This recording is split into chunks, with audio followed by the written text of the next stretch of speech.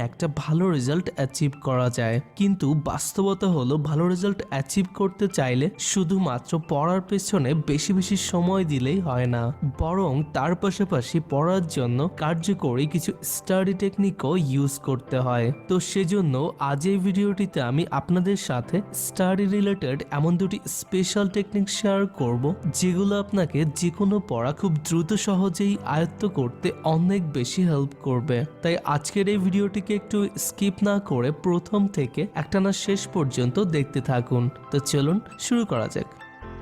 Number 1, try speed reading technique. যখন আমরা কোনো চ্যাপ্টার স্টাডি করার জন্য সেটিকে প্রথমবার ওপেন করি, তখন আমরা চাই সেটিকে যতটা সম্ভব খুব ভালোভাবে পড়ে আয়ত্ত করতে।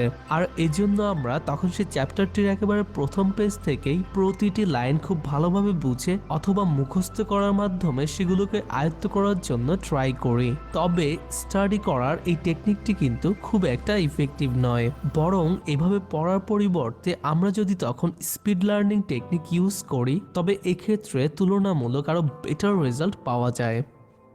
আর এই স্পিড লার্নিং পদ্ধতিতে পড়ার জন্য আপনাকে কোনো চ্যাপ্টার ওপেন করার পর সেটিকে খুব দ্রুত পরপর 2বার পড়ে কমপ্লিট করতে হবে। এক্ষেত্রে অনেকটা দ্রুত পড়ার কারণে আপনার হয়তোবা তখন কিছু টপিক বুঝতে অসুবিধা হবে। তবে সেই বিষয়ে না ভেবে এবং কোনো প্রকার মুখস্থ করার চিন্তা না করেই তখন আপনি জাস্ট সেই অধ্যায়টিকে খুব দ্রুত স্পিডে পরপর 2বার পড়ে ফেলুন। এতে করে আপনি তখন খুব সহজে নিজেই রিয়েলাইজ করতে পারবেন ওই চ্যাপ্টার কোন কোন টপিকগুলো সবচাইতে বেশি ইম্পর্ট্যান্ট এবং কোনগুলো তুলনামূলক কম ইম্পর্ট্যান্ট। তাছাড়া আপনি তখন অধ্যায়ের শেষে থাকা প্রশ্নগুলো দেখলেও বুঝতে পারবেন যে সেখান থেকে ম্যাক্সিমাম কোশ্চেন চ্যাপ্টারের মোস্টলি ইম্পর্ট্যান্ট টপিকগুলো থেকে এসছে। ফলে আপনি তখন খুব ইজিলি সেই চ্যাপ্টারের সবচাইতে বেশি ইম্পর্ট্যান্ট টপিকগুলোকে মার্ক করে সেগুলোকে খুব ভালোভাবে আয়ত্ত করতে পারবেন। তাছাড়া এক্সামের পূর্বে আপনি সেগুলোকে খুব দ্রুত রিভাইজও করতে পারবেন। ফলে এক্সামে সেই অধ্যায় থেকে প্রশ্ন আসলে তখন সেগুলোর উত্তর করা আপনার জন্য অনেক বেশি সহজ হবে। Number 2, must find out your BPT.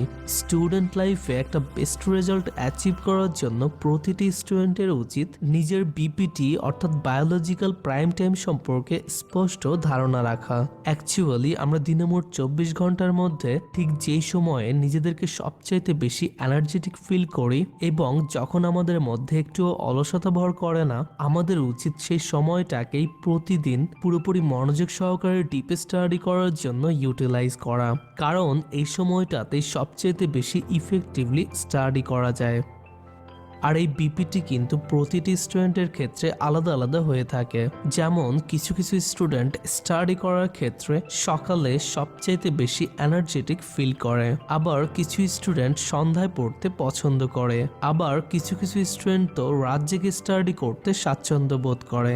এখন আপনাকে জাস্ট আপনার জন্য সবচাইতে বেশি সুইটেবল সময়টাকে ফাইন্ড আউট করে সেটিকে প্রপারলি স্টাডি করার জন্য ব্যবহার করতে হবে, কারণ ওই সময় স্টাডি করলে যে কোনো কঠিন পড়াও আপনার পক্ষে খুব সহজেই আয়ত্ত করা পসিবল হবে। যেমন আমার বেলায় আপনাদের জন্য ভিডিও মেক করার ক্ষেত্রে সবচাইতে বেশি ইফেক্টিভ টাইম হলো রাত 10টা থেকে রাত 3টা পর্যন্ত, কারণ এই সময় আশেপাশের সব কিছু নীরব থাকায় কোনো প্রকার বাড়তি নয়েজ না থাকার কারণে তখন আমি সম্পূর্ণ মনোযোগ সহকারে কোনো প্রকার ডিস্ট্রাকশন ছাড়াই আপনাদের জন্য ভিডিও মেকিং এর কাজ করতে পারি। অন্যদিকে দিনের বেলায় বিভিন্ন কাজকর্মে ব্যস্ত থাকার কারণে তখন আমার পক্ষে একটানা অনেকক্ষণ মনোযোগ সহকারে ভিডিও তৈরি কাজ করা সম্ভব হয় না। ফলে আমার ক্ষেত্রে আমার বিপিটি হলো রাত 10টা থেকে রাত 3টা পর্যন্ত। যদি এই ভিডিওটি আপনার ইফেক্টিভ মনে হয় তবে অবশ্যই ভিডিওটিকে লাইক করুন এবং শেয়ার করুন আপনার সকল ফ্রেন্ডস এবং রিলেটিভসদের সাথে, এতে করে ভিডিওটি দেখে তারাও উপকৃত হবে। আর এই ধরনের মোটিভেশনাল ভিডিও